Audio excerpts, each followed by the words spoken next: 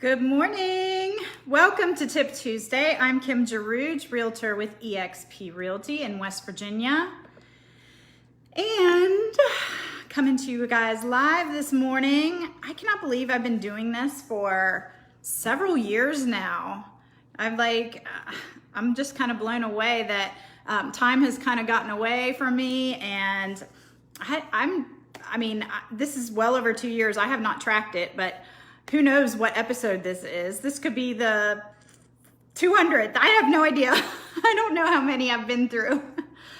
But it is very exciting that I am here with you guys again today, every week, trying to bring you guys great information from the real estate world. Today, we're going to talk about are all realtors created equal? I know that I've heard this a time or two, probably 3, 4, 5, or 6, that, what I do, any other realtor can do, and vice versa. No, that's not the truth. We are all very, very different, and we all have different strategies, and we all have different experience levels, and lots of things that set us apart. So you really want to screen your realtor and find out a lot about them to really understand if you're picking the right person for your goals in your real estate transaction. Hi, babe. Good morning. Aw, thank you. And happy birthday to Miss Krista Hamra and Karen Pauly. Some sweet friends of mine are having a birthday today. Krista's is a big one. I won't say your age because I don't know if I'm allowed, but I love that that is a big milestone for you. Happy birthday, and I hope you have a great day. So let's talk about this. Top 10 things to look for in a realtor, and I'm going to give you a bonus few because it's hard. There's so many, and to narrow it down to 10 is tough, but these are some really, really important things that you want in a realtor. Number 1 is communication, and these are in no particular order. Communication is huge. Your realtor should not leave you hanging. If you have a realtor right now leaving you hanging, they may not be doing what they need to be doing for you. If you're not getting same-day responses, or you're having trouble getting texts or calls back, that's a problem. I know that a lot of people kind of joke and they say, what's the best thing you can do as a realtor? And they say, answer your phone. Well, it's true. A lot of realtors do not answer their phone on a regular basis, but I will say different people have different strategies. There is some teams that are in bigger markets, for example, that the main realtor doesn't answer their phone for every single call, every showing, all of that. They have a team of people that does the smaller, so to speak, work while they are out and being the face of their brand.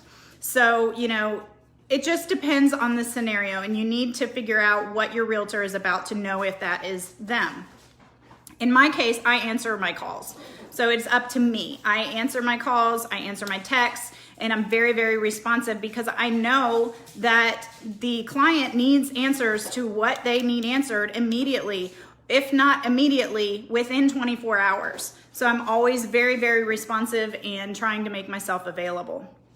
Number 2, responsiveness and accessibility. So your realtor should respond quickly to help you get into properties.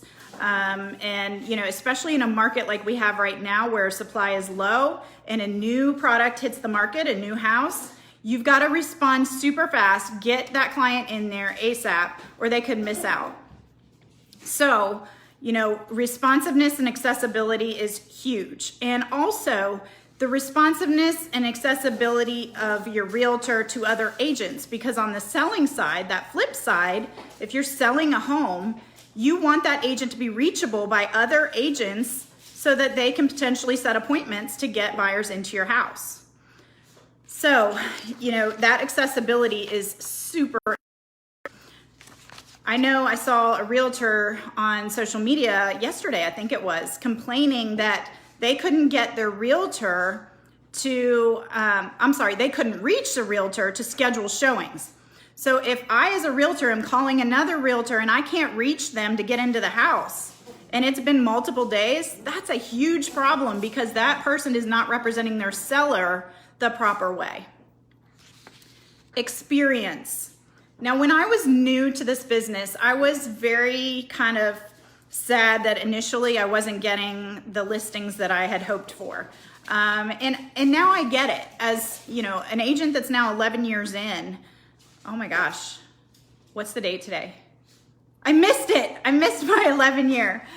11 years on August 9th. I just had 11-year anniversary, so that's awesome. But being in this 11 years, I now get why experience is so important. And you don't necessarily, not that new agents aren't good, you know, they train and they learn and all of that, and they're very, very excited and hungry for the business. So, and that's how I was. I was like, I want the business. I'm going to work hard for you. I'm going to do it all. And, you know, there's something great about a new agent. However, an experienced agent knows obstacles that you may run into and be able to help you get over those hurdles where a new, inexperienced agent may not be able to, just because they don't have the experience under their belt.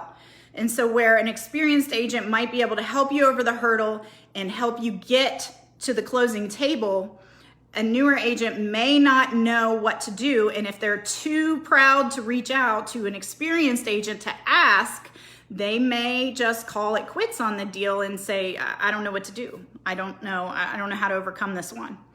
So experience is very, very important. It also helps in negotiations. You want a tough negotiator, and you want somebody, you know, I hear people all the time trying to negotiate commissions with, you know, sellers and you know, why do you guys negotiate your salary throughout the year? Do you guys negotiate your hourly pay throughout the year?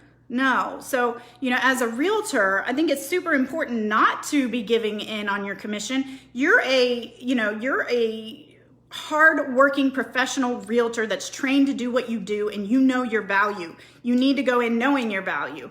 And that is so important, because I don't, you know, when I see, if I'm a seller and I see a realtor conceding on their commission, guess what? They're probably going to concede on my behalf in the negotiations. You want a tough realtor, you want a firm realtor, and you want somebody that is going to get you the best price for your home. I, as a seller, am not going to mind paying that commission if I know that my realtor's out there getting me top dollar for my home. Likability. You want a realtor that is likable. He or she has to work with realtors, appraisers, home inspectors, termite inspectors, closing attorneys, potential, you know, buyers of the property for your home. So you want somebody that's likable, that's going to attract people to them. So you want someone who can help you make that journey smooth. You want someone who uses professional photography. Professional photography is huge. I've talked about this many times.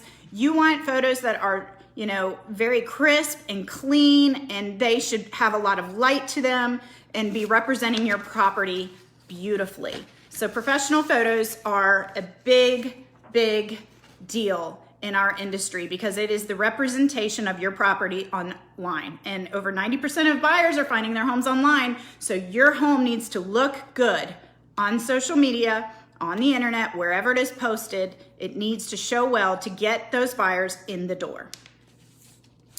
You want an agent that uses social media platforms. Here I am on Facebook. You want somebody that is utilizing a vast variety of social media, not just one, because we need to be accessible across the board.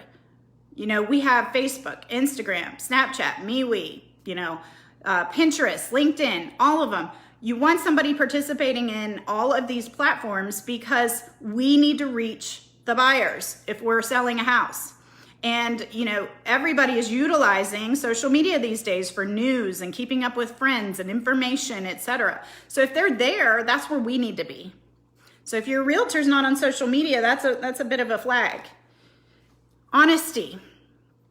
You want an agent that is honest, who's going to tell you the hard truths. Maybe you have listed a property and it's not selling, and you don't know why. Your agent doesn't have any more answers. And maybe they're afraid to hurt your feelings. Maybe they don't want to tell you you're pricing too high. Maybe they don't want to tell you to put away some things in the house that are going to help it to look better and show better and sell faster. So you need somebody that's going to tell you the hard truths. You want a realtor that has a network of connections. Okay, so your realtor has built relationships with, like we talked about before, home inspectors, appraisers, termite inspectors, closing attorneys, all of that. And if you might come into needing one of those people, you want a realtor that you can reach out to and say, hey, I'm needing a home inspector. And that person is going to give you not just one, but 3 or more. You know, you want to be able to shop it. You want to know who that client has good relationships with. You want to know who, you know, from the buy side, if that agent or if that buyer is looking for a home inspector, that they can price compare between multiple people. And those relationships are established by the agent. They are usually going to be the ones that are going to point you into the right direction for who you use as a home inspector, termite inspector, insurance agent, so on. Knowledge. Knowledge is huge. You want a realtor that is always looking for you know, ways to better themselves, to grow, and to help their clients. And so you should always be continuing to learn. So you want somebody who's also knowledgeable about their market, who stays in touch with the statistics and what's going on in the market conditions that are currently happening. So knowledge is super huge. Client experience. This is something I've worked on over my years to kind of perfect, and I'm still working on it. This is something that every single year I'm adding something to my services. Sometimes it's 1, sometimes it's 2, 3, 4, and 5. I mean, it just, the bottom line is I want my clients to have a great experience from start to finish. And the only way I'm going to do that is to put systems in place that make that happen, and that I can kind of get a streamlined effect for a lot of my buyers and sellers. Now, everybody's going to have a different experience because our relationships are all different, but the staples should be the same. And so that's what I'm working on too now, is to perfect all of that and help my clients to have the very best experience possible. That's why I utilize a buyer's Bible. So when I get a new buyer and they get a notebook from me and it has all kinds of things that they may encounter in the journey and teaches them you know, what's going to happen in the process. That's super important. They also have a reference of trusted providers, what we were just talking about, a network of people they can look out for and pick home inspectors, movers, appraisers, all of that from. And then you want a client or a realtor that hustles. Hustle is so important because we are in a very fast-paced business. Things change in a second. We get a phone call and appraisal didn't come in. We got to be able to jump and make things happen somehow. Maybe the repairs did not get done right. Now we have to jump and make something new happen. So you need an adaptable agent that can really step in and be that voice of calm and say, that's okay, we're going to do this now. You know, they have a new plan ready to go for you. And did I mention that we multitask? We multitask, and hey, yeah, we multitask. It is like a juggling act all day long. And, you know, I've got an assistant, administrative assistant that's helping me now, Cindy. And, you know, I was talking to her a little bit about that because things are changing constantly. And while I'm working on one thing and she sees me, we're working side by side and I'm working on one thing, and then I get a call and that call throws me off of what my task was. And then, you know, I got to go handle this now. I got to remember to come back to that.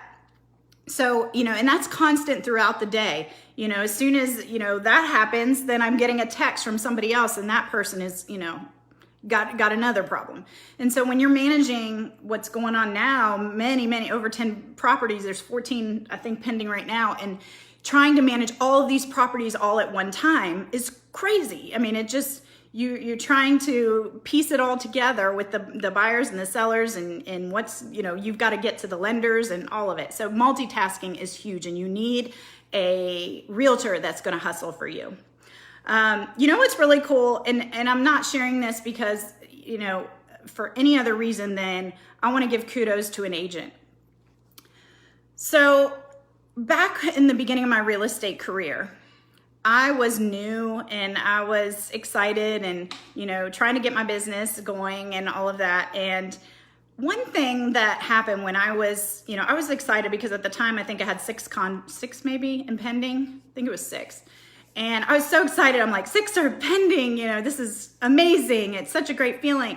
And I went to turn in an offer to an agent. And this agent is Kim Wade. And I went to give her the offer at her office in Cross Lanes at the time.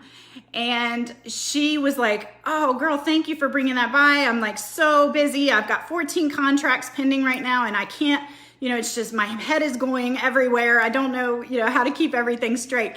And I'm thinking to myself as a young, new, ambitious agent, I'm like 14 at one time. Oh my gosh. And, it's taken me 11 years, but I did it.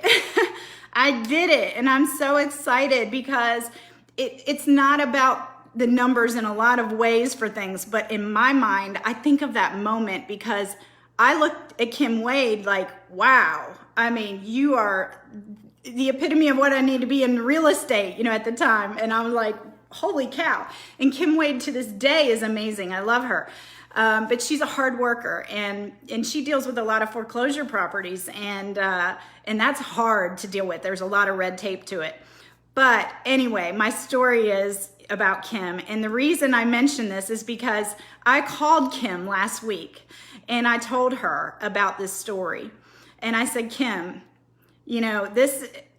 I have to tell you that back when I was a new agent and I was so excited and, I had a bunch of contracts going on. I thought 6 was a lot and you told me about 14. For some reason that 14 stuck in my head and I was like, I got to get there one day. I've got to get there.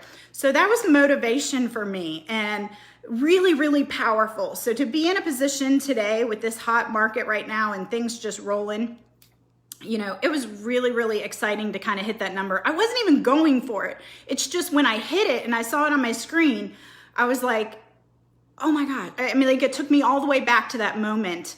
And I thought it was so important to call Kim because in our industry, we're at different brokerages. We're not even at the same brokerage. And so I really wanted to reach out to her to tell her what her, what that moment meant to me and how it had really pushed me and motivated me throughout the years in real estate.